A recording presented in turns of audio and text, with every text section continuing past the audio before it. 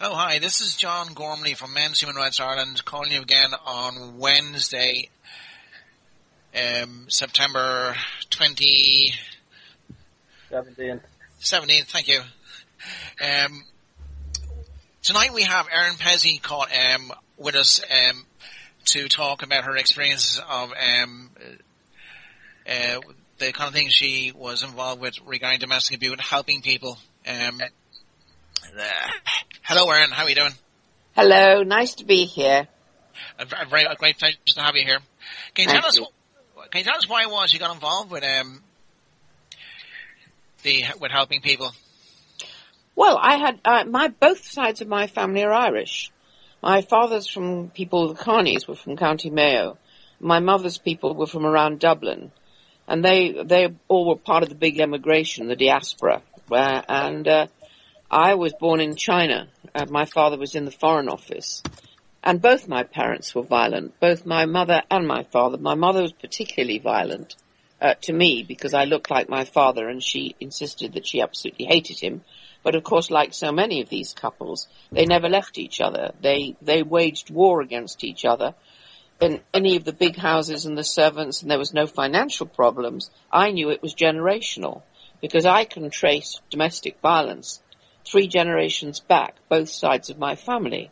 So when I was working in a little community centre in Chiswick, in London in 1971, and the first woman came in and took off her jersey and showed us her bruises, I knew exactly what she was talking about, and she said, "No one will help me." And I remember as a child trying to get help, and no one would touch the whole subject. And my shock and horror was I assumed, like a lot of people, that my family was the only one. But as the women heard that there was a place to run to, they came pouring in. One of the first things I noticed is that of the first 100 women that came in, 62 were as violent as the men they left and violent to their children. So from the very beginning, I realized it was not a gender issue, and it was a generational family issue, but unfortunately the whole thing was hijacked by the rampant feminist movement of the time internationally, and it became a $1 billion movement actually blaming men, quite wrongly, and they gathered money on behalf of victims of domestic violence, which was actually fraudulent. That's how I began. What exactly was their purpose for? I know the money, obviously, but what was their purpose behind what they do? To ring fence several $1 billion, and it's called Jobs for the Girls. They get tenure in universities with their women's studies, which are all false because it's not the patriarchy, i.e. all men. It actually is a generational issue, and we've wasted 40 years of several generations of children who have been marinated in violence because this is going on. Yep. We were talking to a woman down in Galway somewhere whose son was married to a lady who came into the country, and she basically she has used the Irish law to she has come into the country, she has married him 5 years later to have a child, and now what's happening is she's gone to the Women's Aid, complained about him, telling all sorts of lies about him, and they have managed to get her a house, a county council house, and he is not allowed to see his child. So it is quite a common thing over here. It's common everywhere. The laws were changed so that women who were coming from abroad, if they claimed domestic violence, they were able to stay. So this is very common right across the world, actually. Quite a lot of Indian men who send for wives back to India find that what happens is she has the first child, and then exactly that. She claims that he's been violent to her. You see, this is the most extraordinary thing about this, is that in the Western world, that a man and a woman, we have the right to be innocent until we're proven guilty. With the exception of men who are accused of domestic violence, they have no rights. They can be accused with no evidence at all, they can be barred from their homes, barred from seeing their children, and in many cases jailed without any evidence. The other thing is, based on often men end up being accused of child abuse when they're perfectly innocent. Yes, that's called the silver bullet. If and many solicitors will advise a woman to claim domestic violence, and if that doesn't work fast enough, she then claims that he's molested the children, and that is the silver bullet. That's the end of him as a parent. It is very frightening. I mean, that politicians have done nothing about this in the last 40 years. They must know what is going on. Well, no. You know, what you forget is that 40 years nobody said anything. I was this very, very lone voice for many years, warning everybody of what was happening.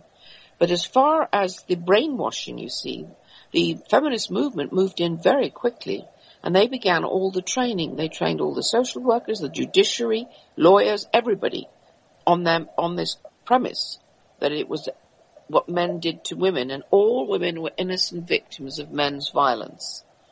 And so people got brainwashed. And you see, as far as politicians are concerned, they're terrified of losing votes if they dare to say, because it's women who do the voting. Unfortunately, it's not men. I was looking through Women's Aid website, and I came across a thing that they have. They are the ones who actually trained the Gardaí here in Ireland. Yes, everywhere. Oh, yeah, of course, you have to remember, this is the Western world. It's not one or other country. It's right across. Yeah. The other thing was basically how they actually managed to get you out of the domestic abuse shelters. And well, simply, but in 1974 was when the women's movement had suddenly realized that before that, 1974, I'd opened the refuge in 71, and for those few years there was no attempt. But once they got to 1974 and they realized they needed a cause to raise money, and that the whole subject of domestic violence in a way fell right into their laps. So in 74 they hijacked the whole discussion, and then from then on everybody was trained to think that it was men who battered, abused and raped women. In fact, there are placards from that time with women demonstrating against me, and the placards said, "All men are rapists, all men are bastards." Yeah, I saw one of the pictures where you have a picture that you condone male violence, which I know that's absolute tosh, but it's the sort of thing that they do to shame people. I mean, I've been accused of being a misogynist on a constant basis, and it's I laugh at it because I mean my wife says you are. I didn't know that, John. And basically, most of my customers are female, and they much say the same thing. That for them, it's very unusual to actually hear that somebody like myself, who deals with women on a constant basis, is called a misogynist. They find it very amusing. Prentice, you want to ask Erin something? Hello? This is Prentice Reid. Hello. Am I coming through? Yeah, yes. I can hear you. Hello, Erin. It's a pleasure to finally get to talk to you. You're one of my personal heroes. Your book, This Way to a Revolution, changed my life. Oh, I'm so glad.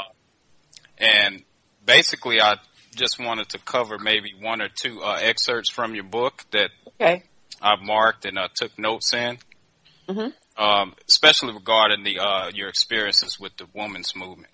Mm-hmm.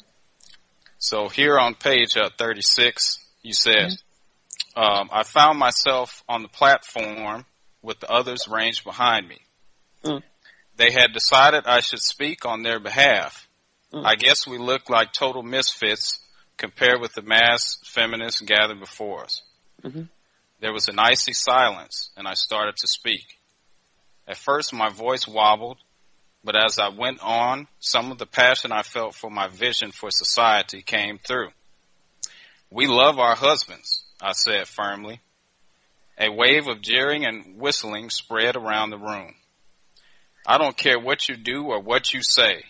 Our group represents far more women in this country than any of yours.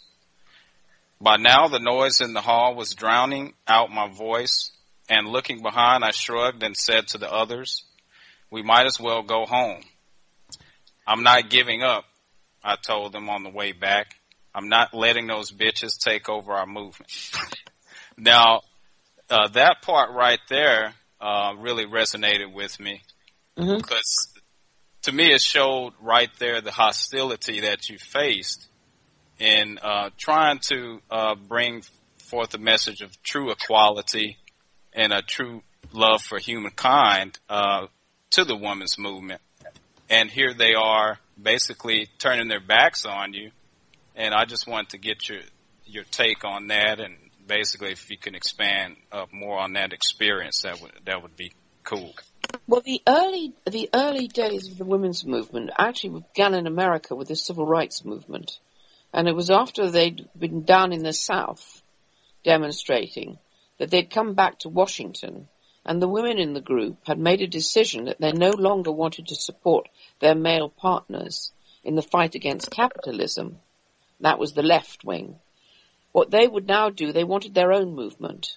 And what they did is to say, no longer are we going to support capitalism, we're going to change the goalposts. We're going to create a movement called the Women's Liberation Movement. And the goalposts are now patriarchy, all men.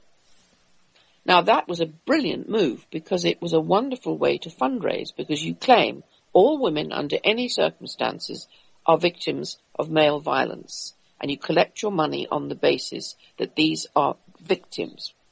Now what happened is that the majority of the early days, it was women in the universities across the Western world with their students who were the backbone, as they still are now. And over this period of time, they have been churning out young people, young women, who are vulnerable and easily manipulated from the universities. As you know now, men are now withdrawing from universities across the Western world. And the recent upsurge in claims that there is this huge upsurge of rape practiced by men across campuses is the latest hysteria that's being turned out. Again, behind it all, though, it's nothing to do with fragile women who are genuine victims. It's certainly nothing to do with men. It's to do with this billion-dollar industry. And you have to remember that what I'm talking about is a fraud that has gone over the last 40 years. I think one of the things basically that I've been watching Prentice for the last months at this stage here.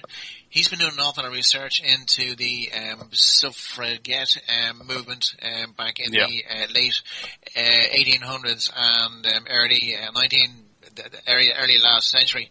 And some of the stuff he's been finding is absolutely terrifying. Prentice, can you tell us some more about that? I mean, basically, it is extreme violence, and there's no punishment that I can see has ever been meted out to them after they've done all this kind of stuff. Well, I'm a independent researcher, and I have a curious mind, so questions of who, what, where, when, and why are constantly flowing through my brain. So, in an effort to feed these questions, and you constantly hear the modern feminist movement say that their movement never had anything to do with violence and stuff like that. But what I'm finding more as I look into the news archives and things of that nature is that piece by piece by piece, I'm putting together this big picture where there's one instance of violence after another on the historical record. And this dates back to, like John says, early 1900s with families like the Pankhursts. It's mainly Emmeline Pankhurst, Christabel Pankhurst, and Sylvia Pankhurst. And actually, Emmeline Pankhurst, her husband, Richard Pankhurst, it's ironic because this is a man, and he actually created the first suffrage bill for women, and also the first bill that ended up giving women the right to own property, and that was in the UK. And so, basically, after he died, the suffragette movement became this ultra-violent, movement. And, basically, they waged war on the British public. Emmeline Pankhurst said, we're waging war on anyone who does not agree with giving us the right to vote. And they started cutting telegraph lines. They tried to blow up water mains with dynamite. They started filling the mail with explosives, blowing up mailboxes. I was reading there basically, one thing is that they used to send acid bombs as well, and there was one particular woman who, there's one woman, and actually what they were doing was, there was one woman who was convicted by a judge, and she smacked him across the face with a riding crop. I need to, I think Frank wants to ask Erin a question about the refuges. That Erin sort of, I was going to ask about shelters, but just went through all that. That's similar to this sort of. I'm sorry, can you repeat? I could barely hear him. Yeah, I can't hear it. Is that, see that violence and attacking? Would that have a striking similarity to how the feminists reacted whenever you were setting up your shelters and whenever they were trying to evict you? Sorry, I'm just not hearing it very well. Can you repeat that slowly? Okay. Whenever, see the violence from the suffragettes, does that resemble the violence of the feminists? No, you have to remember this. That was the history of the Pankhurst family and that movement in those days. That actually had very little to do with this modern women's movement. You have to remember it was Marxist inspired. It was Marxist women who at that point simply took over and stood up and said, the family is a dangerous place for women and children. And from then on, because this was also a Marxist practice, that the family was a dangerous place and men had to be basically removed from the family, which is really what has happened now. Because I don't know about Ireland, but in England, the figures are about equal for single-parent mothers and children who have two-parent families. And the new model, the Labour Party, Harriet Harman said that the new model, the new family would be women and children. Yeah. In 1990 she said that, and it's come to pass. So I was only saying, basically, I think what we all agree here. Every person I know who I've spoken to will agree that abuse is abuse, whether it be a man hitting a woman or a woman hitting a man. It makes no difference to me. I think it's all wrong. So basically, we sent a letter to the Minister for Equality in Ireland here, and she sent back a letter saying that abuse against women was 29% and abuse against men was 26%. So we know that they're practically level, they're practically equal, but there's absolutely no help at all from men. But that's true across the world. I've just come back from two conferences, one in Toronto this summer and the other the first male conference actually in Detroit. It was the first in the world of its kind. And again, these issues are germane to any country in the Western world. And the tragedy of it all is that day by day, men are killing themselves. As we know, the suicide rates are so much higher for men because because the courts are biased against fathers because they've been feminized, the judiciary is biased because they've been feminized. So the majority of men are in a position where if they do get into a relationship, the chances are the woman has a perfect right to pick up the phone without any evidence. All she has to say is that he is intimidating me, and the police will come and remove him. It's dreadful. 40 was saying that what happened to him was not very nice either. The suggestion was there that for him to finish it would make things easier for everybody. Yeah, I was sort. On a number of occasions, I was invited to commit suicide in order my wife and children would get the insurance money. But the other thing is, whenever I lived through a 25-year abusive relationship, and the reason my estate is if you go, you can't take your kids, and there isn't anywhere really to go to. Yes, I know. You leave and you become homeless. My sort of thought on that is that if we were to manage to fix divorce law in some way and provide shelters, that a lot of these relationships would become less violent because the man would have an option of walking away. I think if you have to remember it's generational, so you're dealing with what will make the violence stop is that instead of ending up trying to make a difference and jailing everybody and putting people in mental hospitals as adults, if we start at the very beginning where the young people who are becoming pregnant and getting into relationships are those who are violent and who have violent histories are treated. That's what I did in the refuge. I specialized in taking care of women who were already violent themselves and their children. And I had long-term residential care for them. I also tried, as I said in my book, to open a home for men. But my problem was I couldn't get any financial support from other men for a men's house. They'd give me money for children and women, but not for other men. This has been one of the biggest problems, actually. One of the things that annoys me greatly is the fact that when you have the likes of Women's Aid, they will not take any boy over the age of 12, but they will take any girl, any daughter of a woman from anywhere up to 18 or 19 thereabouts, but no boys over the age of 12. Sometimes as young as 9.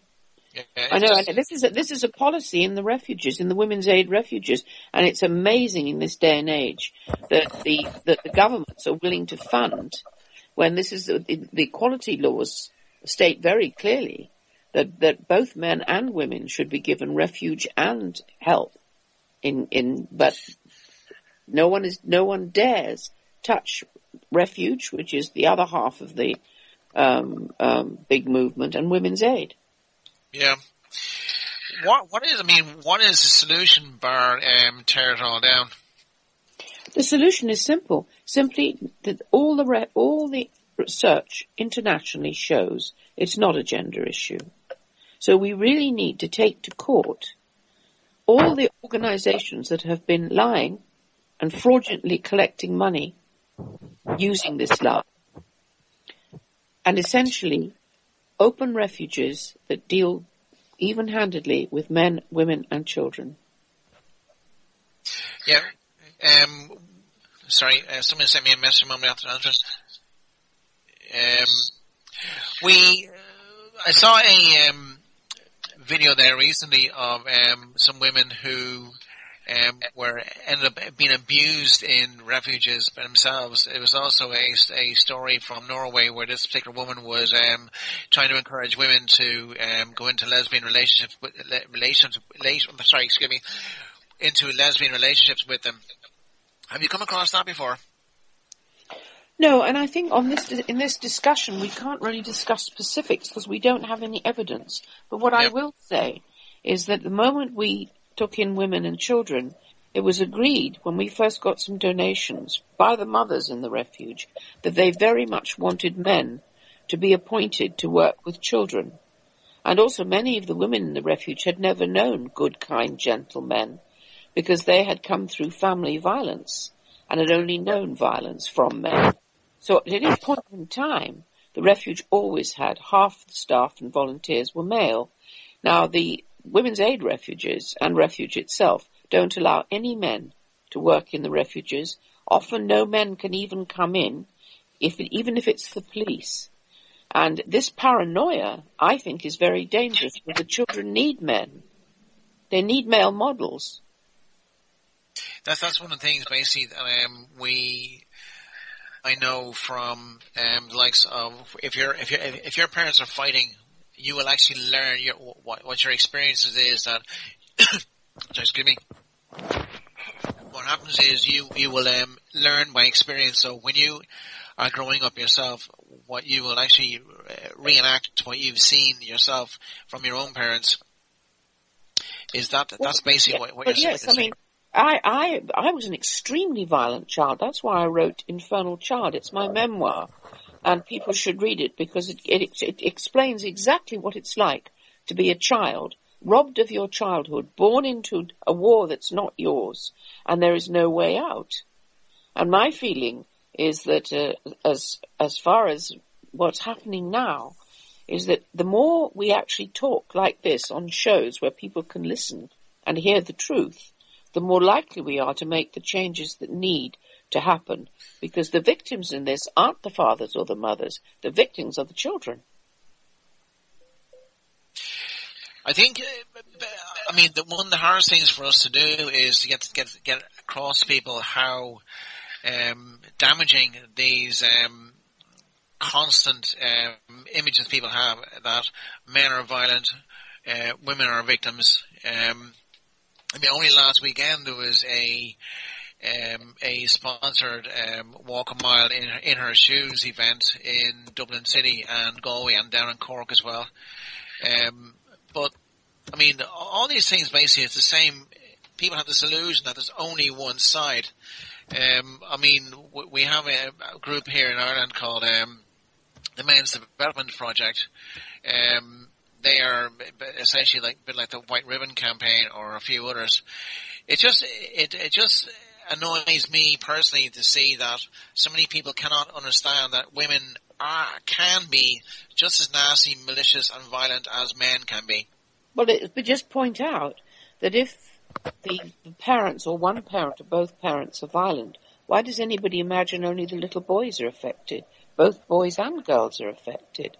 Now, the other thing is, the sad thing is, I was actually brought over to Dublin to help open the original first refuge in Dublin. It was in Harcourt Terrace, and that was opened by a group. I think Nuala Fennell was one of them, but one of the leading was a man who actually began. And again, they were hijacked by the feminists in Ireland. So the origins of the domestic violence movement in Ireland were actually equally opened by both men and women. Yeah. I'm talking to I got a text a moment ago from Declan, a former worker helper, MN here in Ireland. He said that it's all female workers and men are not wanted. How narrow-minded is this? He'd love to join the conversation, but he's not able to at the moment. Prentice, you want to ask a question? Yes. Erin, I know you have to leave pretty soon. Yes, but, this will be the last question for me. Yes, okay? I just wanted to ask you one last question and basically get you to elaborate on your the violence and the threats that you got from the feminist movement once you started to speak about your experiences with the shelters for women. Well, it was largely heckling and picketing and silent phone calls and threatening phone calls. But I'm not the only one. Over in America, Murray Strauss, who was the first, Murray Strauss, Richard Gellis, and Susan Steinmetz, they were also threatened because they first began the research to prove that there was no such thing as a gender issue. It was generational violence. And they too were threatened with death threats, and particularly Susan Steinmetz. And so it was very normal for anybody who dared up, not because they were worried about what we were saying, but because they were building this enormous financial empire. And you have to keep remembering, you as a researcher, one of the things nobody's researched is the background finances of all this, because it's completely unaccountable. Nobody knows what happens to the millions that goes into the refuge movement, both in England and in Ireland. There's no research. Ask for the research from Women's Aids in Ireland. What happened? How many women came in? How many went back to the violence? You won't find it. And this is public money they're using. It is quite frightening. I mean, I know in the USA they get $660 million to run their shelters, and an awful lot of money is used.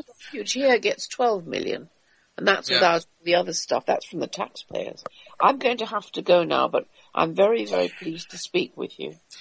It was great talking to you, Erin. And thanks a lot for writing this book. Okay, good. Thank you. Erin, thank you for coming on. Bye. We will talk to you again. Okay, bye-bye. Thanks, Erin. Right.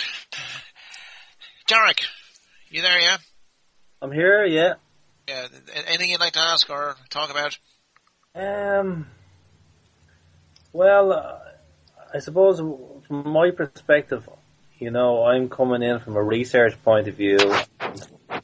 I'm always blown away by the statistics that are trotted out as if they're stone cold facts, regarding domestic violence, and statistics like 1 in every 3 women are the victims of domestic violence.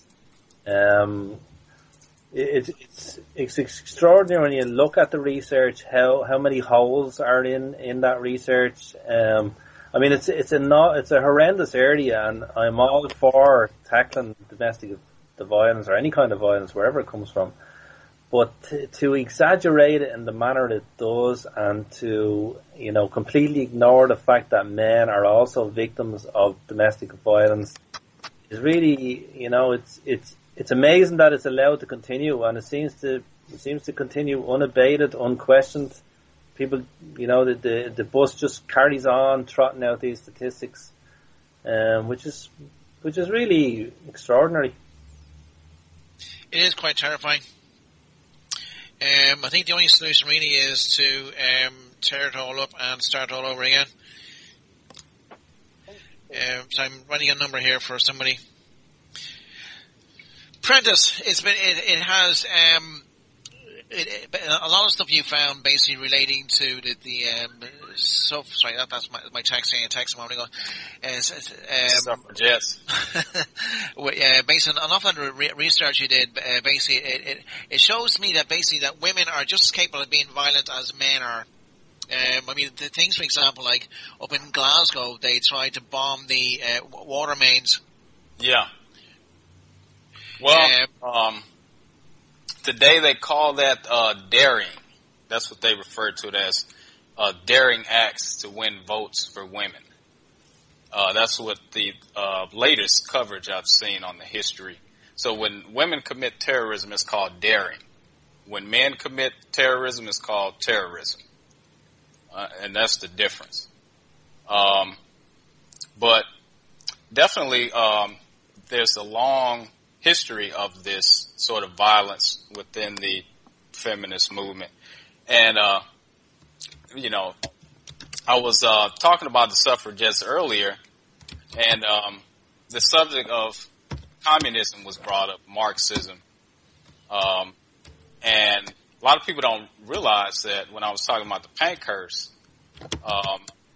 Richard Pankhurst, who was the husband and the father of the family, he was actually a socialist. He was an open socialist, and he actually wanted all of the land in the UK to be communist and publicly owned. He didn't want there to be any private property. Emmeline Pankhurst, of course, went on to lead the suffragette movement. She agreed with him, and she said she actually got her inspiration from the French Revolution. And I posted that as well. She actually admitted that in her book. And also a woman named Victoria Woodhull Martin was her name after she got married, who was active in the United States, and she was one of the big first wave feminists in the United States. Sorry, sorry, I have somebody else coming on the line here. Declan, are you there? Hello? No, sorry, carry on again. So, Victoria Woodhull Martin, she was the first woman to run for president in the United States. Now, she was a big suffragette as well, first wave feminist. Okay, we should have a caller on the line there. Sorry guys for interrupting you, Vin here. Caller, are you there? Declan. Hello? Declan. Oh, here. That could be Liam, John. Liam, sorry, how are you doing? Hello? No, it's gone again. Sorry, Prentice, carry on there. Sorry for that, guys. Oh, it's okay. So Victoria Woodhull Martin, she was the first woman to run for president in the United States, and she was also one of the big first wave feminists.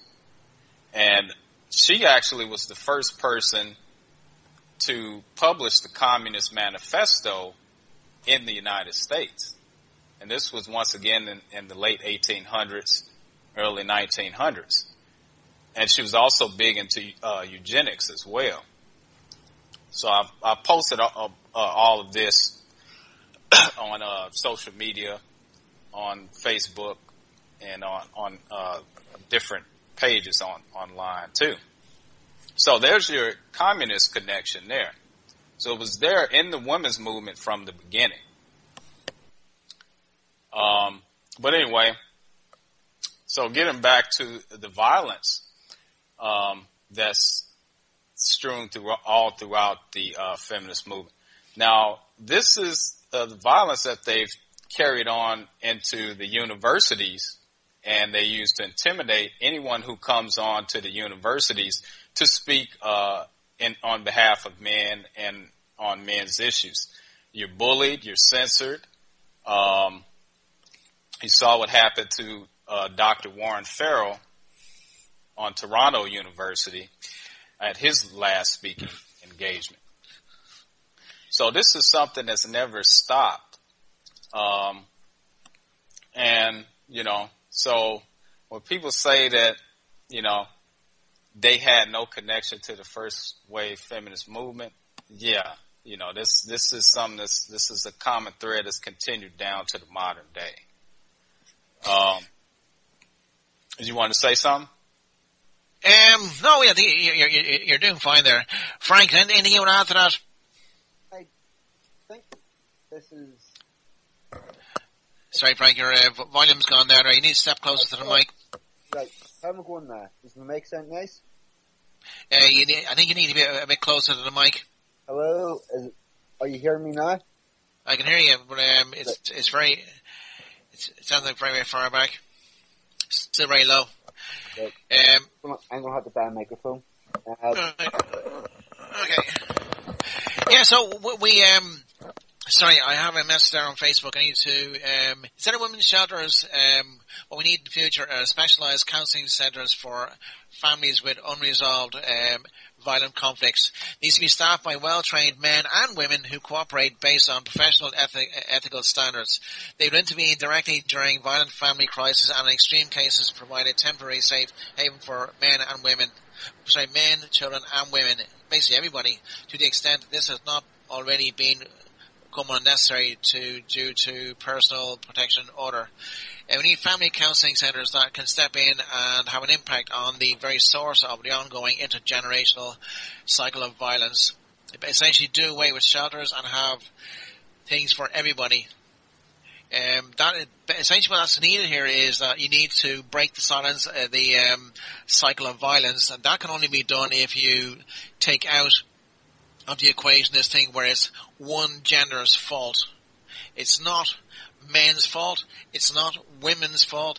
It's the previous generation. That has to be, that link between the two has to be broken. And the only way to do that is actually to help people who are here now, who are suffering from violence, from both from giving it and from taking it, if you follow my meaning. Go on. Am I coming through there? Sure, please. Yeah, right, okay. Hey, you sound better now. Right, okay. I think that sort of a model will work very well in 60% of the violence, which is reciprocal or two-way or two people hitting each other. I think a different approach needs done with the other 40%, which is where you have one aggressor who has learned to be aggressive from their childhood growing up, and someone who has came from a non-violent background, because those people, the people that are coming from a non-violent background that get caught by a sociopath, for want of a better words, they need somewhere to run away to, and they need to be able to take their kids with them. And I think this idea of a centre where you can bring people and you're going to teach them how to behave and all that, that is necessary, but and it works for 60%, but you need to have a separate form of a route of escape for the other 40% for the one-sided balance type thing. One of the things in Ireland is that Liam, how are you doing? Can you hear me, Liam? No, Liam. Sorry. I think I'm now, John. Right, I can see him here in front of me, but he's not answering. I think one of the things is that what we have to do is we have to understand that domestic violence is not a case where it's not from masculinity or femininity, it's from how you've been trained by your parents or how you've seen what's been going on before you as a child. That can also be a case where you've been abused yourself as a child and you go on to abuse others in the future. One of the things is that even in the case of rape, for example, an awful lot of rapists have come from single-parent houses or they have been abused themselves. It's not, as I say, it's not masculinity or femininity. It's basically how we've been trained, really. And that's the problem with the way that the feminist movement usually presents the issue. They usually present it as though it's a one-sided equation. And that's problematic because when you have a faulty equation, you can't have a proper solution. Yeah, I agree with that, Prentice. Yeah. Liam, how are you doing? How are you doing as well? Yeah, I met you today at the thing outside the courtroom there. Can you turn your mic off, please? Sorry, your camera, excuse me. Yeah, I'm sorry, I'm very bad at this now. Hang on for a second. Basically, if you just waggle your cursor around, basically you'll see a thing like a camera kind of symbol. Yeah, hang on. Just click on that. Basically, the cameras, the pictures go off. Basically, what happens is the amount of data going through. Hang on. Get phone, dot, mic, camera from there. Come on. Brilliant. Liam, you're joining the conversation here. You're live at the moment. How are you doing, everyone? Hi, Liam. Pleasure to speak to you all. Thank you, and pleasure to speak to you too, Liam. Thank you, Liam. Very interesting show. I would have been one of the men that would have been on the end of domestic violence and are still paying the consequences, I have to be honest with you. Unfortunately, in Ireland, there seems to be, when you do actually speak out, first of all, the initial point of contact will be the Gardaí, and when they come to the home, straight away you're the perpetrator, and they won't listen, they don't want to know. I'm 6 foot, I'm 19 stone, and straight away I'm the bully. So that went on for years and years, and it ended up 5 years ago when I was stabbed 15 times, called the guards, and the guards came to the hospital and basically said to me, well, we wouldn't really call them stab wounds. So I'm still in disbelief, but basically from that, as if things weren't bad enough leading up to that,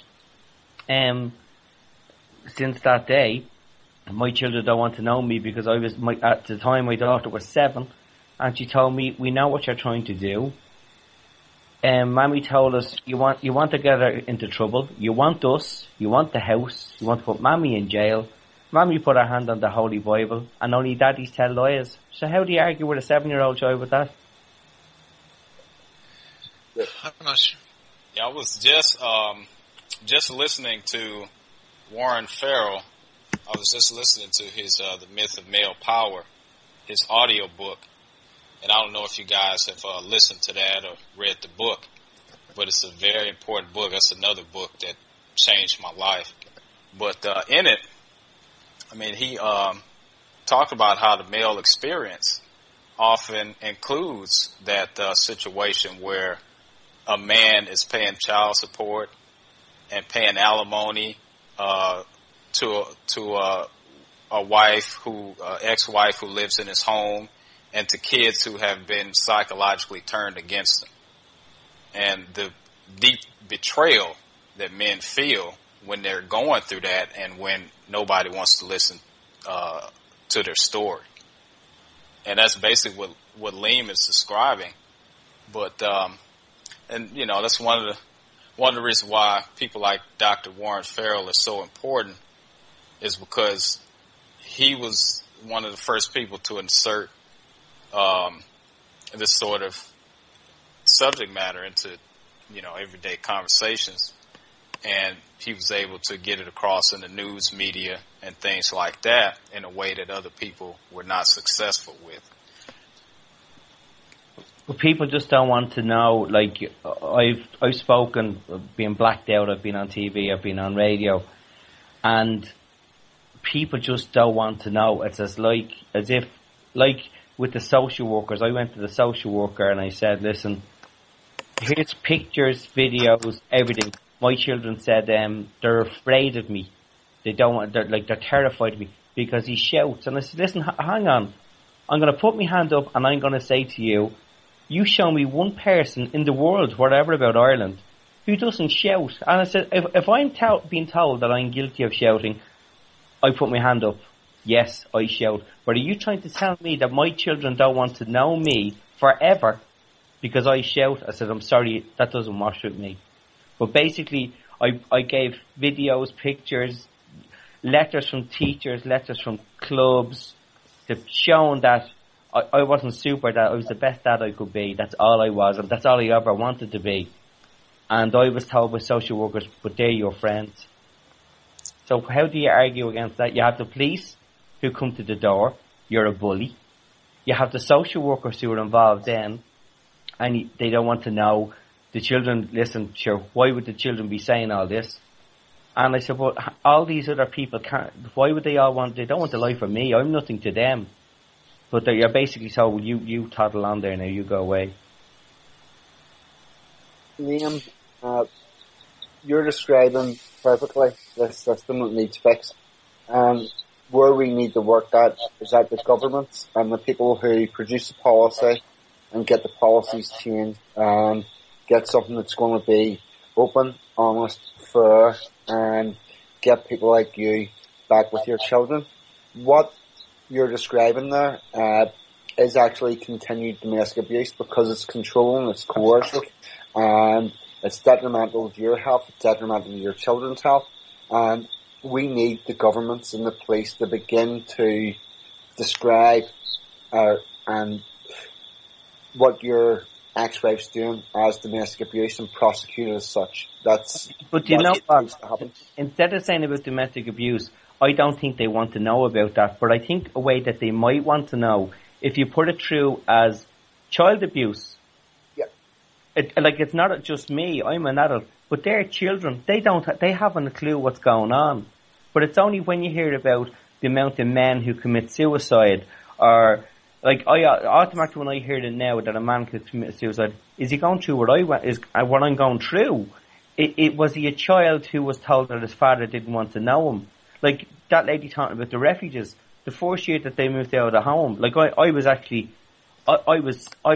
blessed to a certain extent with the judge that I had, because the day before actually my daughter's birthday, it was 3 weeks before Christmas, she got advice, I won't say off who, I can imagine that it was from Women's Aid.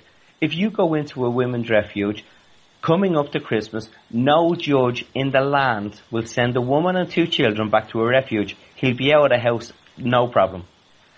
I went on the court steps, I found this out, went into the court, and she stood up in the court and she said, I want him out of the house. And the judge said, well, that's okay, that's fair enough. When is he going to see his children?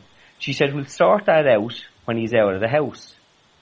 So he said, well, just let me get this right. Just tell me if I'm saying this right. Now, this was on the 3rd of December 2009. If he moves out of the house, he'll see his children, but if he doesn't, he won't. And she said, that's correct. And he said, madam, good day. And he showed her the door. But that didn't stop. I had to get the guards. I couldn't get in. I got a friend in a taxi to get the kids' presents. I could not get into the refuge no matter what. And that year, the Gardaí in Coolock Garda Station brought my children's toys to them at Black Mariah because I couldn't get into the refuge to give my children their present. That's terrible. And the judiciary thinks that's a suitable parent. It's crazy. That's child abuse. Of course it's child abuse. Okay, absolutely. Hang on, my daughter made a confirmation, even still, how much is still going on, right? My daughter made a confirmation in May of this year. I had to sit at the back of the church like a criminal. The teacher went down on my bequest and asked my daughter, could I get a photograph with her? How old are your children? My daughter is now 12 and my son is 17. He was 17 a week ago. But from the day that it happened, from the 12th of October 2009, they walked out of this house. My son hasn't spoken to me because, like, he just besotted by how dare I do this to his mother. For about 3 weeks, I had contact with my daughter. She was coming down. Everything was hunky-dory. And then, slowly but surely, what they do is, it was very funny. Actually, it wasn't very funny. It was pathetic. But I'll show you how bad the court system is here. I was up in a hospital, not knowing how much damage that was done to me. And that's parental alienation right there. You better believe it. But basically, when I was in the hospital, she went to a court in Ireland, to a judge in Ireland, and she got a protection order against me after her stabbing me. This is constant. This is constant all across Ireland, basically, the way men are treated. I'm trying to get Declan on here. He is dying to give his own story. He is an he's a Garda inspector. He's retired now, but he suffered dreadful domestic abuse, and he had the same thing, parental alienation, but he used an awful lot of money, and he got access to his kids. But Can I just come in there? Sure, please do. Just listen to you, Liam, and I know I've met you a few times over the years, and what you're describing there is probably every man's worst nightmare.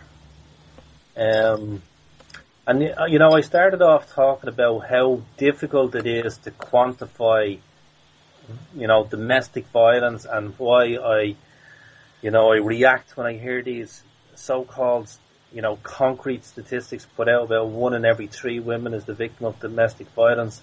And when you look at within them statistics, they talk about psychological violence. That's into the mix as well, and that's why it is padded out to be 1 in 3 women. But what you're describing, Liam, what you've been going through is violence. It is psychological violence of the worst kind. But Derek, I spoke to you today, and basically in relation to our social workers here in Ireland, they work out of their Bible would be called the Children's First Guidelines, right?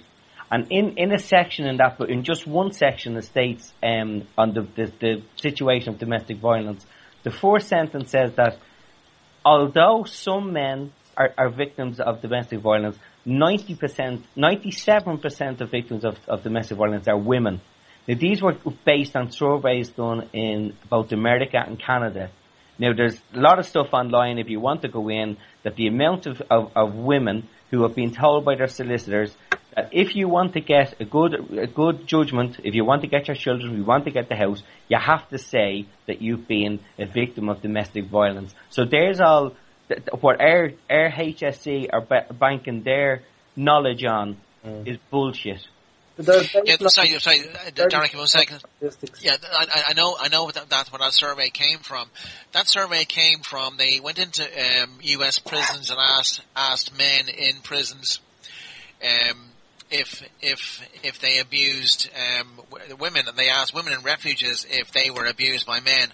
So getting 98% is not that bloody hard in reality now. That was where it came from. They asked men in prisons, and they asked women in refuges.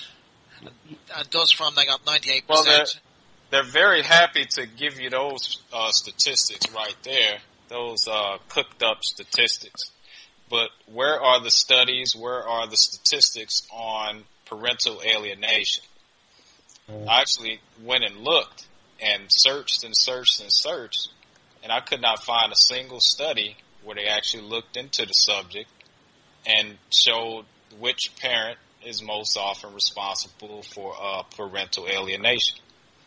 So why isn't that being discussed? But if you go on, Prentice, go on to parental alienation in Ireland, there's actually, I only watched a video about an hour ago.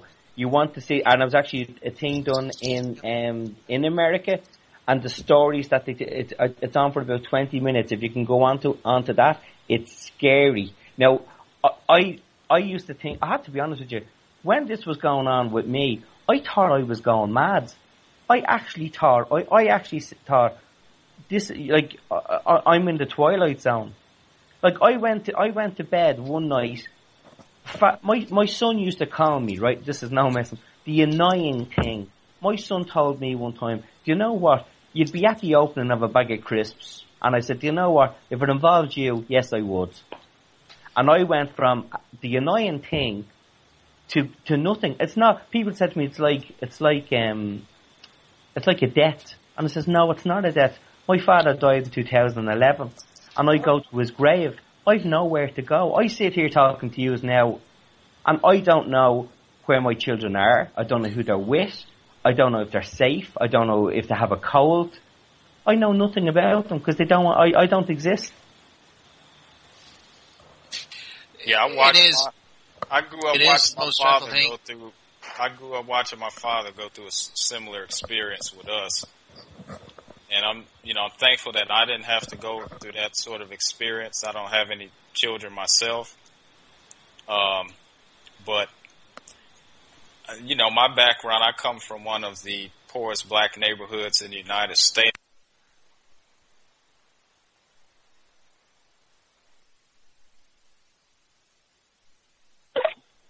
Hello? Yeah, you were gone there for a second. Yeah, it said call on hold. Yeah, happened here as well. Wow. Okay.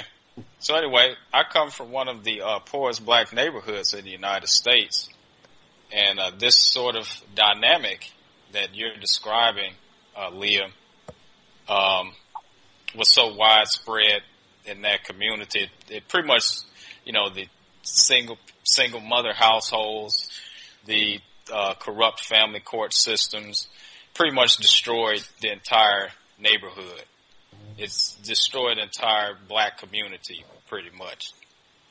And so, like I said, I grew up watching my father struggle, trying to get custody of us and deal with the corrupt family court system, where if he didn't pay the set amount of money or what my mother wanted him to pay, he wasn't allowed to see us, and that was fine with the courts. That's the scary part. The courts basically are there for one reason only, to get money out of people. And the one they always aim for is men. And the weapon of choice for them is stopping you seeing your kids. Or the other one is alimony. Frank, anything else you want to add to this? No, he's gone up for a minute, I think. Prentice, carry on there, please. But so I watched my father go through this situation for, he finally got custody of us when I got in junior high school, and when the child support money was about to run out, my mother signed custody over to him. And so I got to sit and watch this and observe all of this. And so I knew early on that the depth of the situation that men were facing. I knew very early on that the family court system was corrupt, and I knew that they were my mortal enemy. And also, growing up in the inner city, you learn very early on that if you don't, we have this cultural theme where, you never hit a woman, you never defend yourself against a woman.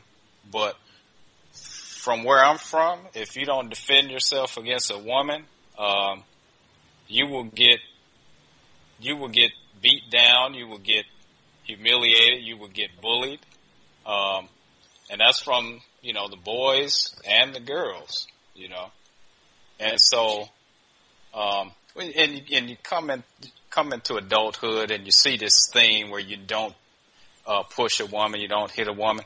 My mother, and to her credit, this is one thing my mother did teach me, and one thing I do thank my mother for. She taught me early on, if a woman hits you and attacks you, you defend yourself, and you don't feel guilty. You don't feel guilty about it.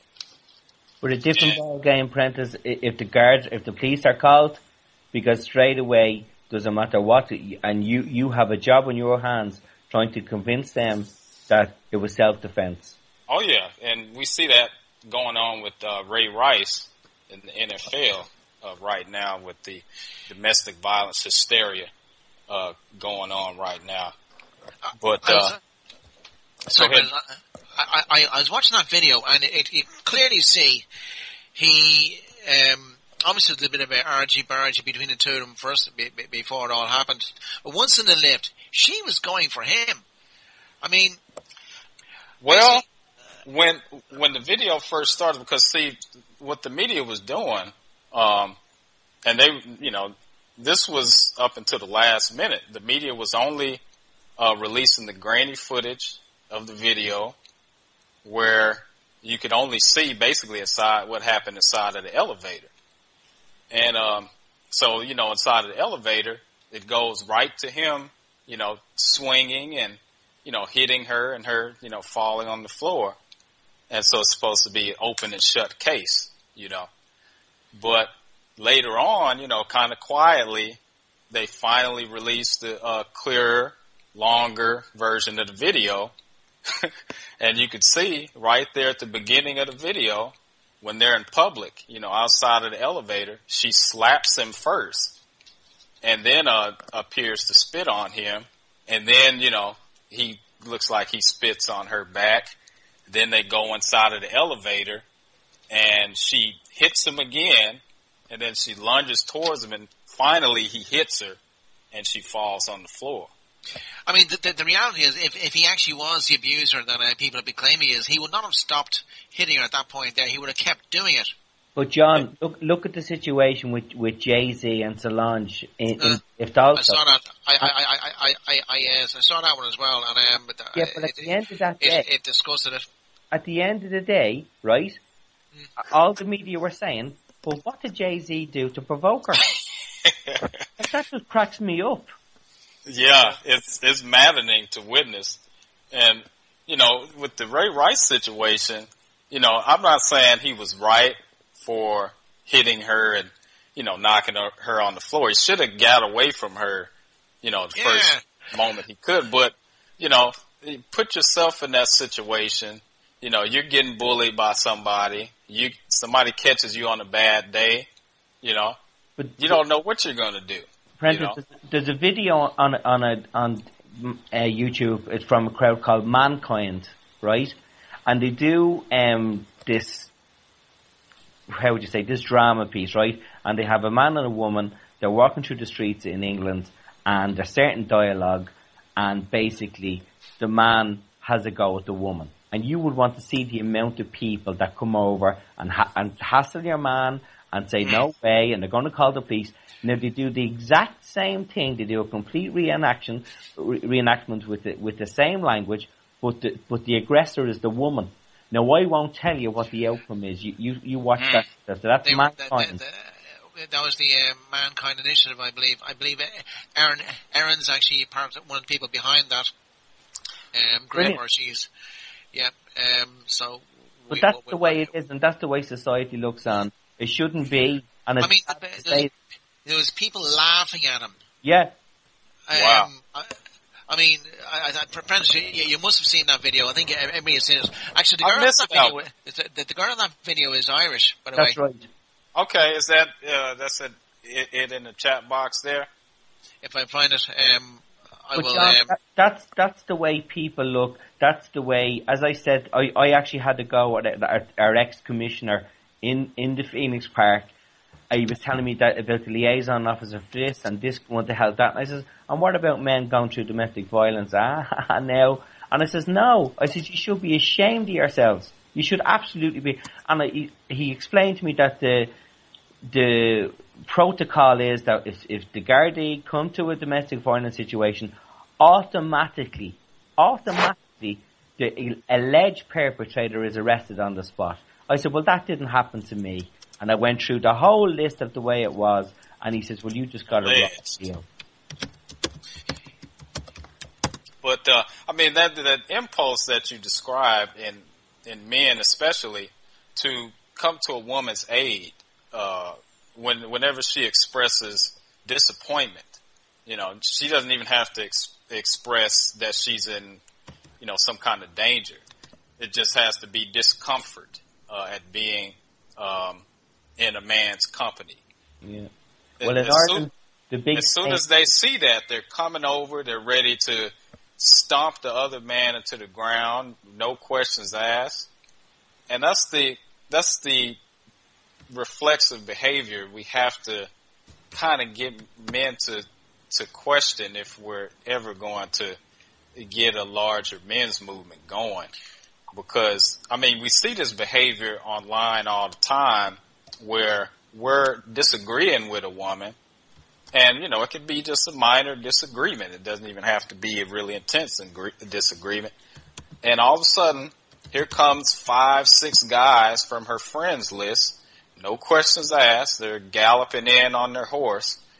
And, you know, they're answering her questions for her.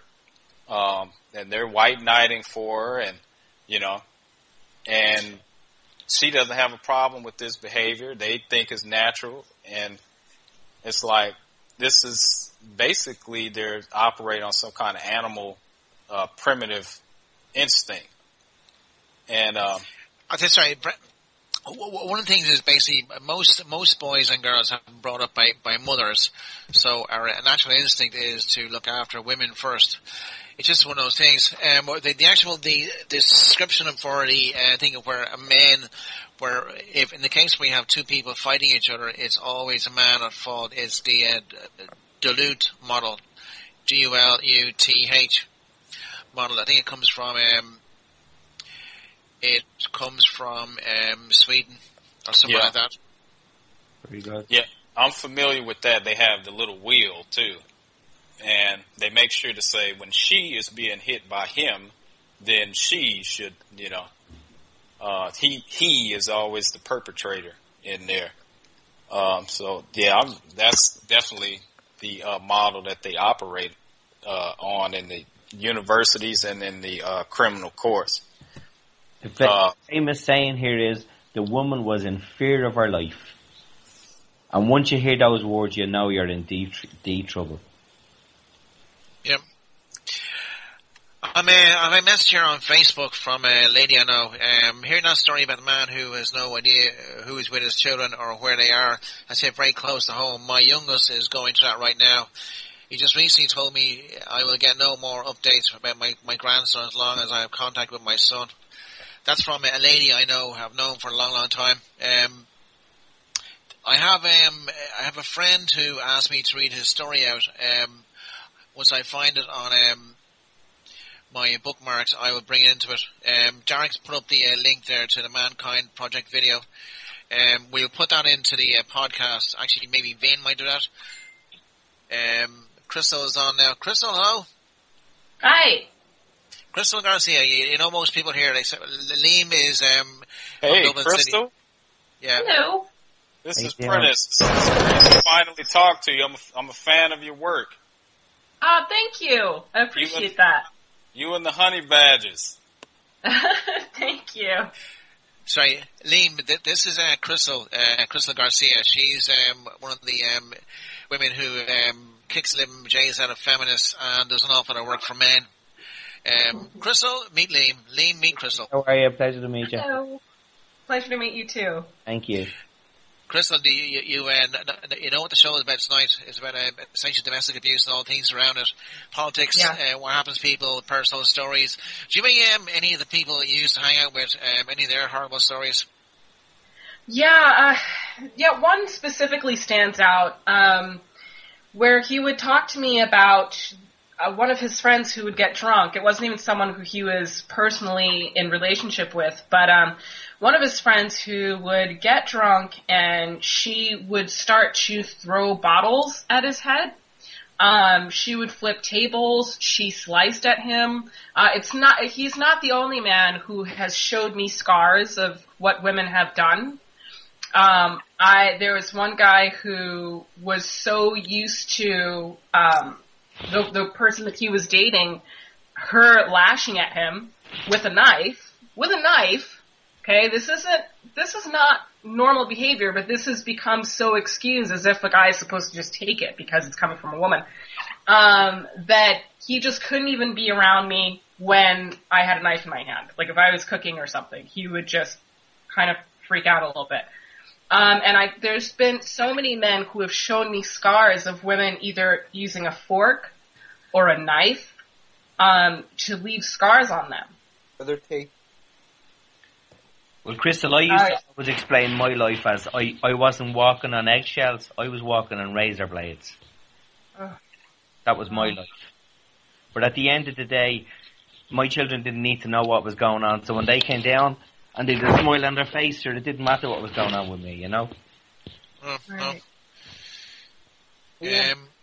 Liam, I went through a similar sort of thing, and I did exactly what you did, you know. Whenever the kids came down, you paint the face on, you pretend everything's fine, and the parental alienation that you're suffering now is all part of that, because all they heard was the noise and they didn't see what was actually happening, and they automatically blame you because whenever you come down, she becomes upset, and you're the one that's trying to act like everything's normal. Absolutely. It's absolutely crazy, and you aren't crazy, but it's a strange sort of, it's a strange existence. But you feel you're going crazy. Yeah, oh, you do. And the other thing is that I found out, because I escaped around 2 years ago, and what's normal for everybody else is not normal for me, and I'm sure you found that as well. And absolutely. Yep. You know, there is no actual, there's no proper fitting in society for us anymore. You know, and how long it's going to take to get back to something that's... I was only out on Saturday night. I haven't been out in a long, long time, and a young lad, he's 17, the same age as my son, going back 8 years ago.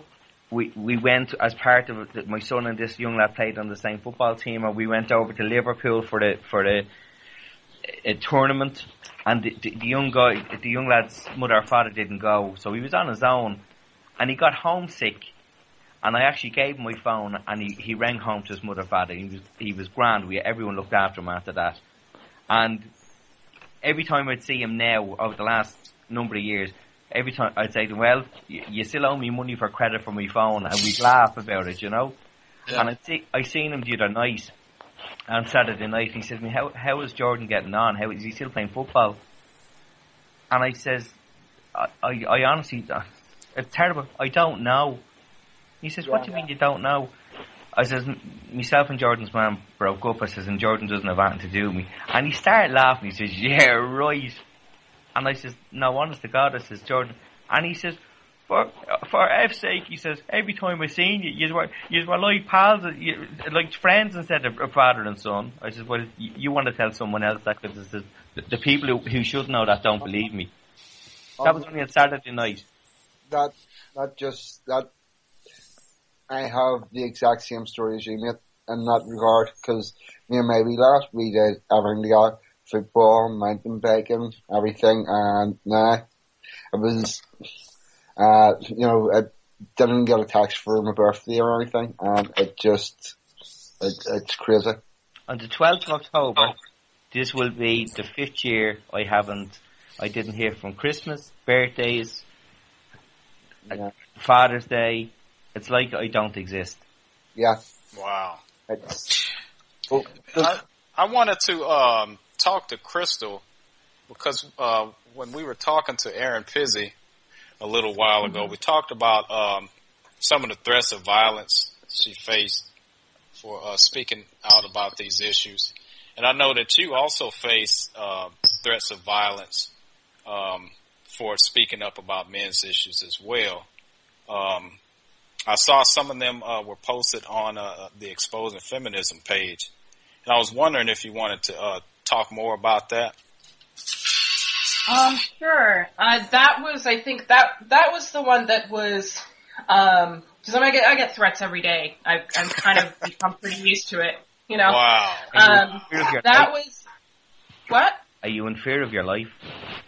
That was the only one, the one that was shared on Exposing Feminism where I was a bit concerned. Yeah, because, that was for the Men's Rights Conference. Right. When they said they were going to be waiting for us with guns. So that I was a little bit concerned with when they said that. Otherwise, I'm not. I mean, it's annoying, but it's, nobody knows where I live or anything. I haven't been doxxed, thank God. So it's more just, you know, just people being just rude and obnoxious. I mean, I can't even count how many times a day I have some feminist telling me to go die or how they can shut me up or I'm this, I'm that. I don't think, do you keep screenshots of all of those, comments? You know, I should. I have a few of them. I do have a few of them. There was just so many, I kind of just was like, whatever. You should label a folder Epic Hate Mail. And just all of the screenshots there. No, I had a recent one where, I mean, I'll keep it clean, so I'm not really going to say what they said. But yeah, I was like, oh, well, you know, at this point, I'm just like, you know, okay.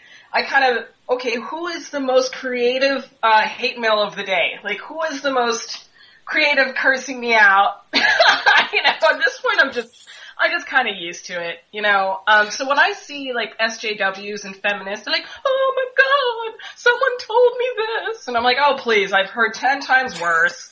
And you're really just milking it, you know. Like I said, I haven't felt, you know. I mean, it's not fun to be told by feminists, "I wish you would get raped." These are women who are supposedly for women's rights. They're not, by the way. But it's, you know, it's odd, if nothing else. But like I said, the only time I was, worried was, the conference one, because it was more than one person, who was saying that they were going to be waiting with guns. But luckily that didn't transpire. So other than that, it's just, you kind of get used to it. One day, I mean, I was talking to our favorite, feminist troll, Rose, you know, Rose Spencer. Oh, God. She is hilarious. I find her great fun. I hope she's listening at the moment. I did say she's on my UN. She is. I've asked her to listen in. So, Rose, hello, hi. These people here are all, have all suffered from, due to feminist policies, by the way, and, I know you're probably using a fake profile and you're hiding behind some sock puppet account, excuse me. But hello anyway. Listen, I have a story here from a very good friend of mine, who, I've known quite some time. I've met him, he did me a favor, some time ago. So I'm reading a story out here. He sent it on to me, a couple of days ago. Here it goes. I have a diary, an old one from 2002. It makes painful reading. A little over 12 years ago, since I first realized I was being abused. I wasn't aware of it before then. I didn't even think it was possible for me to be abused, obviously because he was a man. Domestic abuse happens often behind closed doors in the privacy of your home. Sort of abuse I received from the whole gauntlet, from private domestic abuse to public jibes aimed at undermining self-esteem and confidence, not recognizing them for what they were. I used to laugh them off, and further underscore the damage they were doing. Eventually, when asked straight up by my parents one day what was wrong, I told them what was happening. I used to suck it up, thinking this was normal. Most married people do this. Didn't see eye to eye. Disagreements were part of it. But I drew the line of physical abuse. I never realized there were other forms of emotional and mental abuse. We all know about punching and kicking, carrying on. Right in 2001, our first child, a boy, arrived in 2002. I was so happy. My relationship was strained through the pregnancy, but again, I thought it's just hormones, and implemented adjustment in our lives to make room for another person in our home. Carrying on here. My in-laws didn't help. They were causing trouble.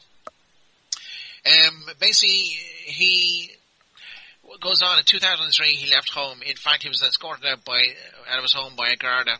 They were stunned to find me in my home, barricaded into the spare room for my own safety. But they made sure I was going to be safe by staying in my parents' house. The Garda allowed him to kiss his son goodbye. That was basically his story. Very similar to my own, actually.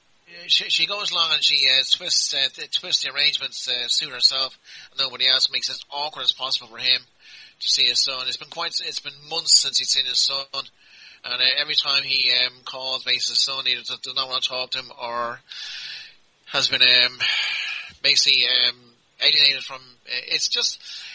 I just hope an awful lot of boys out there wake up one day and say, Jesus Christ, maybe I was lied to.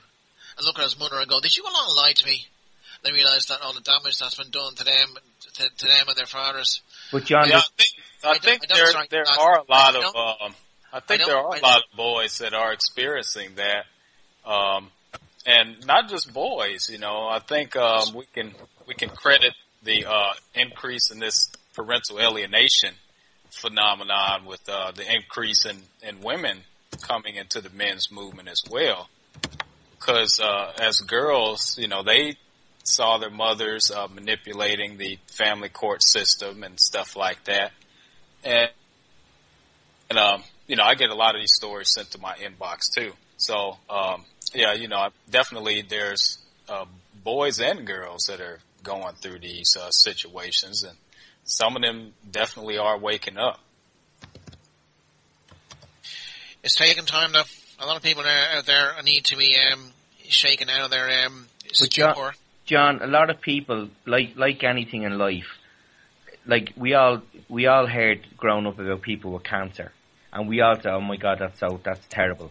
But when you actually have something like this, and it actually you see it firsthand, it's only then that you realise exactly how deep, and like as I said, and I'm being totally honest with you, I thought I was going mad, and then to hear that there's other people going through this, unfortunately mainly men, and then how many children are gone to bed tonight thinking, there's Dad, didn't ring us again, he doesn't want that to do with us. Honestly, it's child abuse. I don't care what anyone says, It is, of course. It's definitely child abuse, yeah. No question. And also sorry, go ahead. Sorry, Frank, go on. Liam, the crazy thing, what you're suffering is a natural reaction to an unnatural set of events, and it will change years of it's like you're going mad, but you're not. It's a natural reaction to an unnatural situation, and whenever you get yourself in a clear headspace, you'll be fine. It's the biggest problem is the alienation from the kids. That's the only bit. For me, that's the only bit that hurts and hangs on after my escape. But 'cause my ex-abuser, I don't even call her an ex-wife anymore, I just call her my ex-abuser. I have no feelings for her whatsoever. It's just there. There's just a dead space there. And it will get easier, man. It will. Yeah. I think one of the things as well to bear in mind, is that basically while all this stuff is going on, you're still expected to work and produce money for child support and for everything else. So it's not just a case like where you've lost your family, you're kicked out of the house. You also have to produce money as well. Liam, is that your experience? Well, as I said here, I was kind of the exception to the rule of all. I think bar one more man that I know I actually stayed, and I didn't leave the house, and it got to the stage that I'm now with a new partner, and only May of this, it wasn't May this year. Yeah, it was actually May of this year. My house was actually for sale, and through borrowing and stealing and begging, we got enough money to buy my ex out of the house. Now, she done everything. She wanted me evicted from the house. She wanted, you wouldn't, if I told you the things, I even sound mad saying the things. The stuff that she got up to was just off the wall. But it came back to bite her on the bum, because we went in, her expecting that I was going to be evicted from the house, not knowing, literally, and when I'm not exaggerating, when I stayed the day before the court, I actually was told, "Let me have the money." So when I got into the court, my solicitor completely cut her off the hop, and while she was there, wanted me out of the house be sold. My sister said very quickly, "Well, if you got the money, your share, would you be happy?" "Yeah, okay, we have it." And the fact that she said it, now the very next day she rang my solicitor and said, "No, actually, I don't want it, I want the house sold." And she said, "I'm sorry, you consented in court, there's nothing you can do." So I'm actually in the house, which is great. I have a roof over my head. I have a partner now that just, listen, life being life. I won't say I'm sorry I didn't meet her years ago, because she has 2 lovely children, I had 2 lovely children, and we wouldn't have had them. But to have the experience, like, it's an awful thing. We say about parental alienation. It's not just it's family alienation. My father died in 2011. Very, very, went to bed, didn't wake up. And he went to his grave, and my children weren't there. And my mum is up there, my sisters. And it's not just parental alienation, it's family alienation. And these are things like the likes of the confirmation. These are things you can never get back in your life. Yeah, that's true. You can't get those years back. All those experiences are very important to everybody. It's one of the things that we tell people is that always be recording. Record everything you come across, so if anything does go wrong, you can show it to somebody else. Jerome, how are you doing? How are we doing, Dara? You good? How you doing, Jerome? Not too bad, not too bad. Thanks for having me on. Yeah, John Gormley is hosting this show. How you doing, Jerome? How you doing? How's things? Good, John. Yourself? Good. You have a story to tell us. Yeah, I was just listening for the last hour and a half, and I contacted Dara. He asked me to come on. Good. Yeah, basically, yeah, I've got a pretty happy story, I suppose, in relative terms. I get 4.5 months with my daughter, but it's a long distance thing, so the mother lives outside the country. But what I had to do to get the custody, and what I had to do to maintain the custody, and what I have to pay for the custody is quite extraordinary. So it just kind of feeds back into the court discrimination and that. But I generally, when I talk to guys, that are going through similar things, getting in a divorce situation, I generally advise them just to take it on the chin, suck it up, pay, and generally within 2 or 3 years, it seems they seem to get good resolutions and more peaceful solutions and access in custody. But it's a very, very tough slog, and there's no doesn't seem to be no other way out. If you're going in, guns blazing, looking for equality, it's not going to happen. At least not at the moment.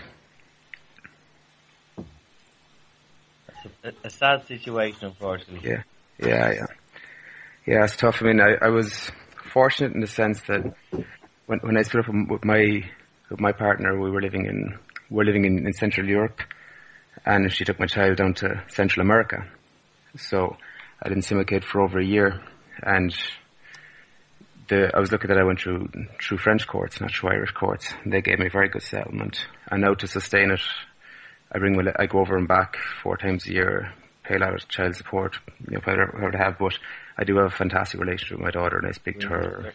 Oh, that's great to hear. I speak to her for hours every week on Skype, and I'm a single parent here, 4 months a year, and it couldn't be better. And she's getting old very, very fast, and she's definitely gravitating towards Ireland, So, but there were very tough times, and like I say, when guys come to me, I really try to push them against this adversarial position in the courts, because, as you know yourself, it's the lawyers that seem to be pushing this, and they seem to be profiting from it, and it's always the children seem to get up. Around, like they have us every which way, really, Yeah. I'd be a firm believer that that mediation, counselling, and appealing to people's general common sense and compassion would be the way forward in these situations. I don't really see how the legal system fits into it, with the exception of division of assets, of course, but certainly for children aspects, that's an emotional thing. Counselling, seeing the bigger picture. You'd have to be dealing with a normal person, or I'm told that women are more maternal than men. Well, I tell you one thing, if my ex-wife is maternal, I'm an alien. Yeah. Like, it's scary. Yeah, no, I understand what you're saying, and I mean, I got screamed at for 40 minutes last night on the phone. I'm being dragged through court for money at the moment, and it's completely irrational. And my kid got abducted out of the country. I didn't see her for 8 months. I didn't know where she was living, where she was, and there was a lot of periodic domestic violence. So I like the irrational thing. I understand the craziness. I completely get it. But I think over the years I tried to detach myself from it and try to stay right. Can we talk about the red pill moments for everybody here? What specifically, woke you up or got you to finally start questioning things? Because we have a few people here, and some of us aren't familiar with each other's story and things like that. Yeah. So, well, I guess we'll start from the left. Frank? Right, for 42, let's see, my red pill moment would be, basically, I lived, girlfriend got pregnant, and then we got married, and it was like crap from day one. The first time she hit me was round about 15 minutes, under 15 minutes after we left the wedding reception. And this was all put down to hormones, being pregnant, just getting married, being young, and this went on, and there was always an excuse for everything until about 10 years down the line, you've got to realise that you've run out of excuses, and it's not any of these things, it's just you're just a witch. So I lived through this marriage because on the basis, like the other guys are saying about not being able to get custody of their children if they leave, and I didn't want to leave my children with this sociopath. So, and then eventually my youngest child got to be 17, and I made my bid for freedom. And I was down with a counsellor with a group called Men's Advisory Project, who were absolutely brilliant. And I was talking to them, and I was supposed to attempt to get my bicycle back from the house that I shared with my ex-wife. And instead of going and rapping the door and asking for it, I sneaked around the house 5:30 in the morning and sneaked into the shed and basically stole my own bicycle back. And I was cycling back and thinking, I've got my bike, and now I've got to ask for half a house. Right? And it was sort of in there that somewhere along that cycle ride home, I just red pill moment, or fuck this moment, and decided that actually I was going to go get a good solicitor and just dig my heels in and fight for everything. And it was after that, it was about 4 or 5 months after that I actually started to find men's groups, A Voice for Men, other sort of things, and people that have been through similar and come out the other side.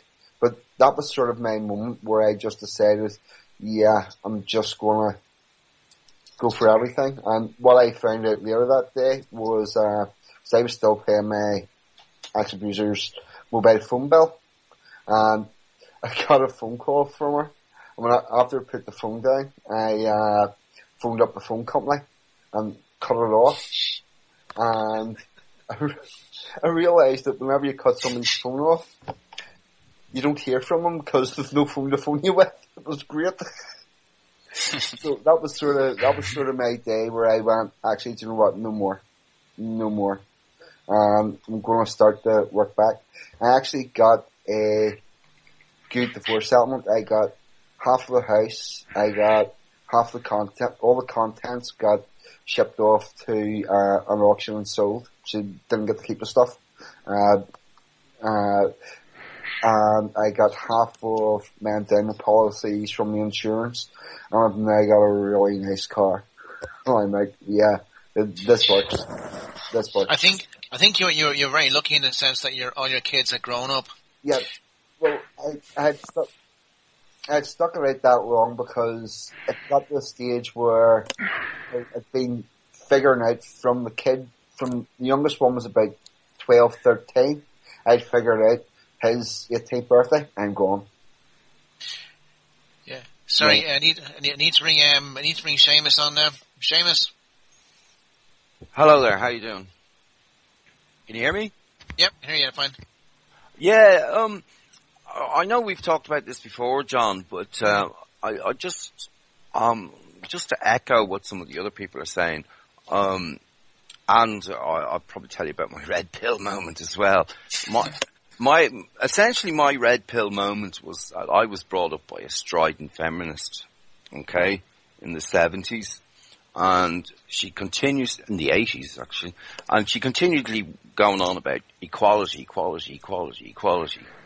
And I was, yeah, that's great. And then, I said, well, what about me? You know, like, where's my equality? And, that was 30 years ago now. So, I was just, what I really wanted to say is, how insane the whole system has got. I mean, I have a terminal illness, and, when my wife found out, she said, oh, I'm not going to be happy about that. And she fucked me out in the street. Excuse my French. Wow. She put me out in the street and said, I don't give a damn, right? And, like, there it is. You know, I'm with a nice girl who's helping me survive. She's lovely, I met her. She's helping me survive, and without her, I'd basically be dead. You know. So, I mean, what sort of ideology or cult can actually sit there and make that sort of behaviour normal? Women's aid. Yeah, I know it is, but they're on basically what it is. They're on a power trip. Power corrupts. They have ultimate power. I haven't done reading it yet, but I've heard of a book called The Manipulated Man. I don't know if any of you have heard of it before.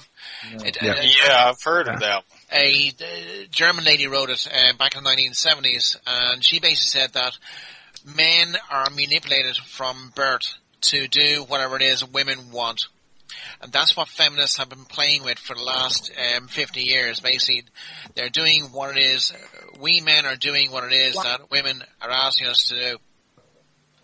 And that's basically what they're playing on. Crystal, do you want to say hello there? Crystal? Yeah, sorry, me and that mute button. Yeah, it's really sick, but that's really what it's about, is female supremacy. The origin of feminism began with suffragettes, and for those who don't know, I'll just do it real quick. Don't? Okay. Never mind. Don't? Is that what you said? Don't do it? Would John say don't do it? Yeah. Don't do it. Well, I mean, talk with the Irish accent. Oh. What? Sorry, carry on, go on. Sorry, Crystal.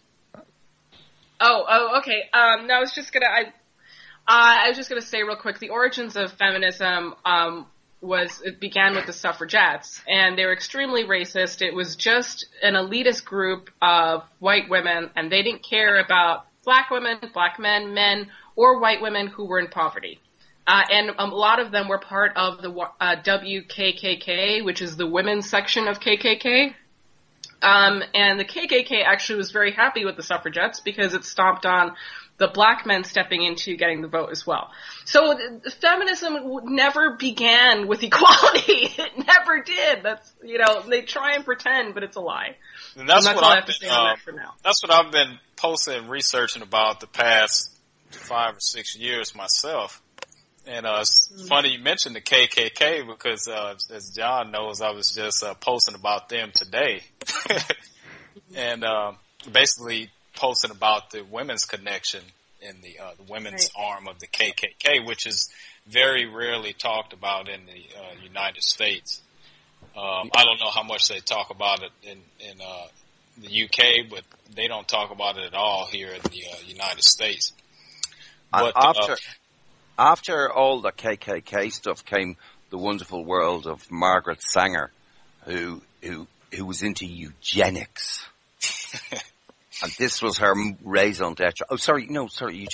She invented birth control for the very reason of eugenics. So there.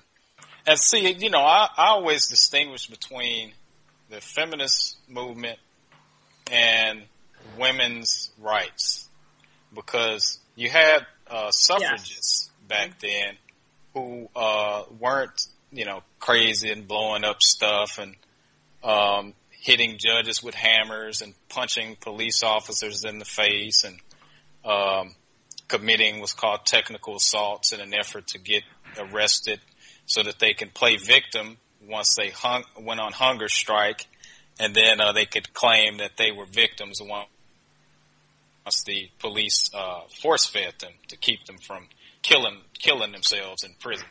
But so you have the suffragists, and these were the more tame arm of the women's movement. I know. The suffragettes were pretty bad. Bad. I'm not saying the suffragettes. I'm saying the suffragists.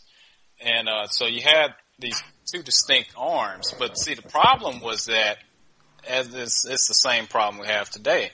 The women's interest groups were not denouncing the so-called radicals, and so anytime somebody brings them up, they're like, what radicals, and that lets you know right there that they themselves are the radicals, because they're basically condoning their behavior by not even addressing it.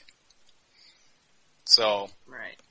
That's right. What I think. Oh, sorry. Go ahead. Yeah, I find the most. Good. I keep jumping on you. Oh, that's okay. Good. But Derek,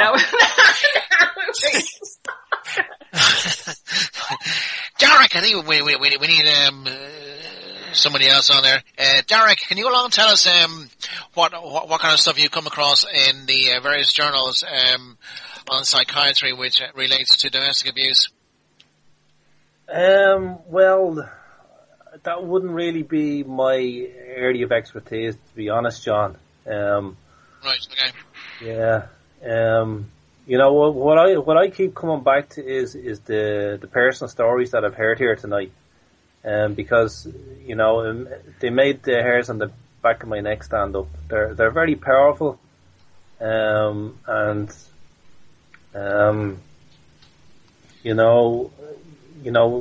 This program is about domestic abuse, but I mean, men are being absolutely abused in a horrendous way, and it's just hard for me to understand how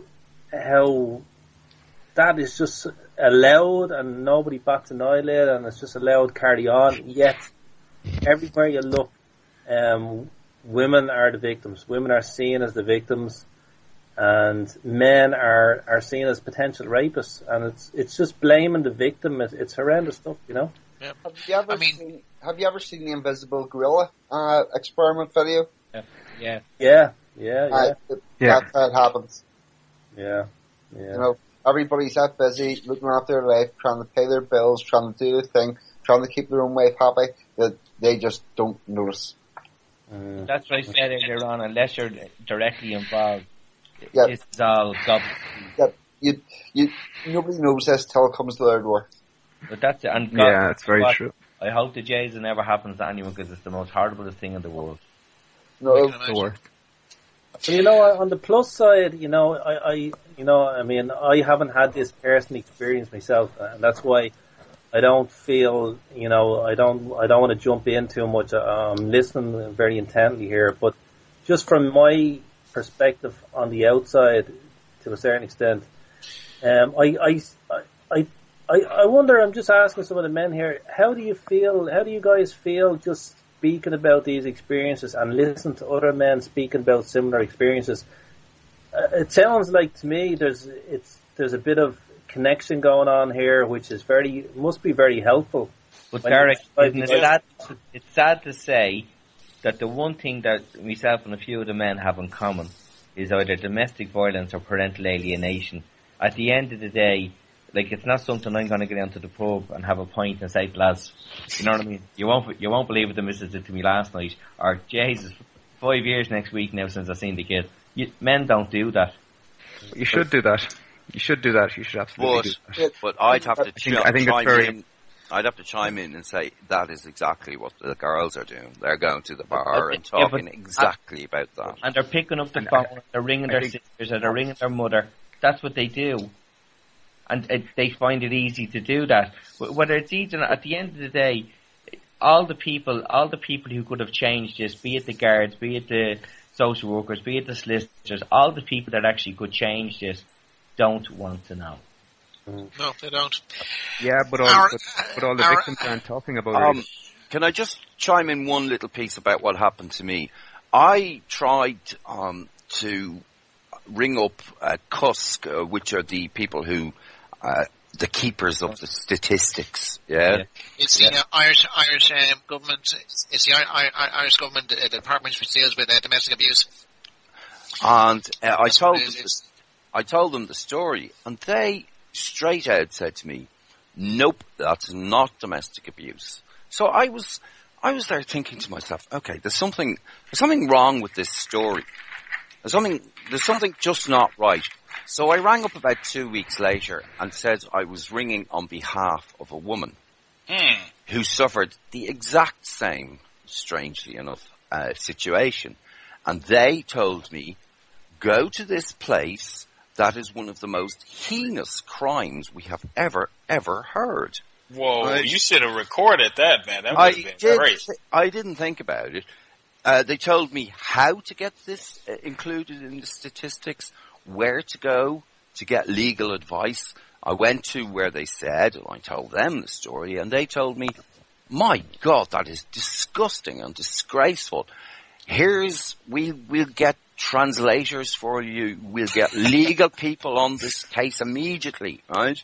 And I went, well, it's actually for me. Do you know what she said? Oh, well, that's different.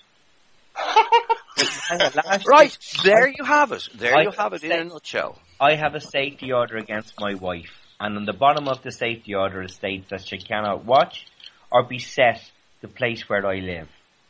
Last May, my home was for sale. And as I told you earlier on, my father died suddenly, so most weekends I would go and spend it with my mother. And I was on the way up to my mother, and my next door neighbour rang me and said, Liam, there's all water coming out of the overflow pipe, you need to go home. Turned the car around, came home, rang the plumber, blah, blah, blah, blah, blah. Basically, the evening was gone, so I didn't head away till the Saturday morning. On the Monday morning, I got an email which had been sent to the estate agent and forwarded to me, stating that, in fact, I was in the house. There was a white van parked in the garden. I didn't go anywhere the whole weekend. I was there. I said, brilliant. Printed it off, went straight down to the Garda station with my safety order and said, now, I'm not been telling you for years, There you go. There's the proof. She's given it to you, myself. There you go. That's her writing. She knows where I was, what I was doing, where I was. Insufficient evidence.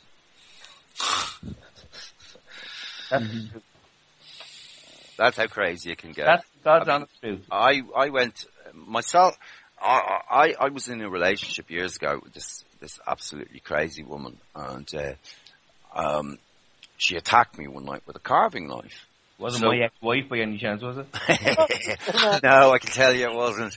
But it was more probably the other guy. Anyway, it doesn't matter. I went down to the cops with my brother and a witness, and I went in and I said, "Look, she's attacked me. What am I going to do?" And they said, "Well, you don't have enough witnesses." And I said, "Well, I've two." And they said, "Well, no, one is your brother. He doesn't count. And the other guy, we don't know who he is, and we're not going to talk to him." And they told me, that if you press charges or anything against this, we'll have you in court on Monday morning, which is exactly what they did. They had me up in court on Monday morning on domestic violence charges. There you have it. I had a knock to my door. I looked out the door and I actually didn't look out the door, I looked out the playroom window and I seen Garda. I says, "Oh, here we go again." I opened the door. Now, I'll go a bit further. 10 days before this, I had a missed call on my phone, which saved a message from my ex-mother-in-law stating that, when the visitors come, remember me, say hello to the man in the Passat, and hung up. I went straight to the guards. They took note of it.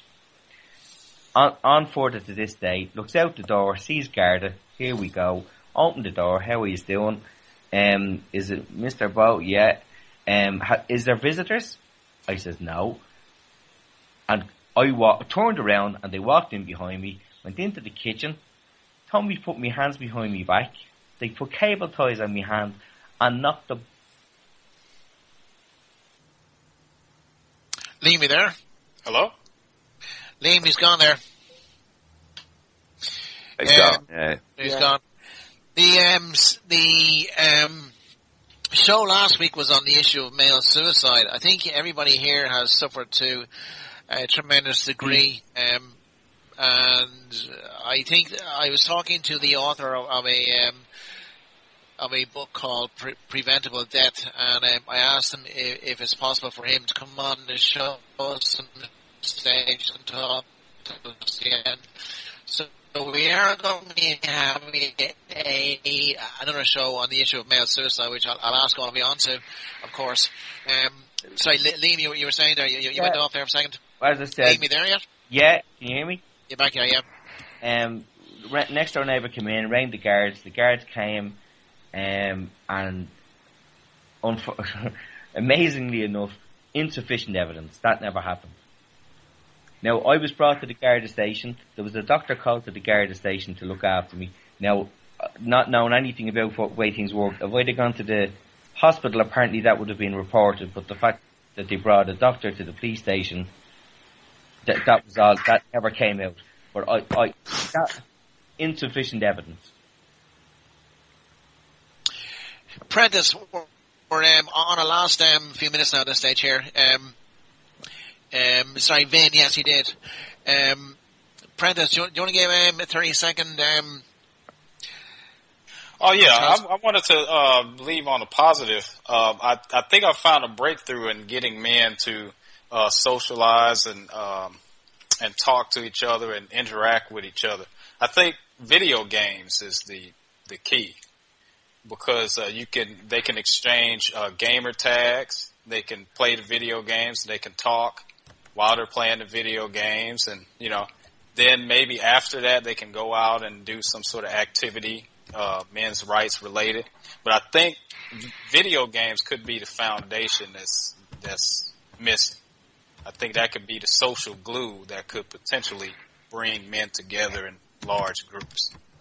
Right, and SJWs are attacking that right now as well. We all know about Gamergate and what's happening there.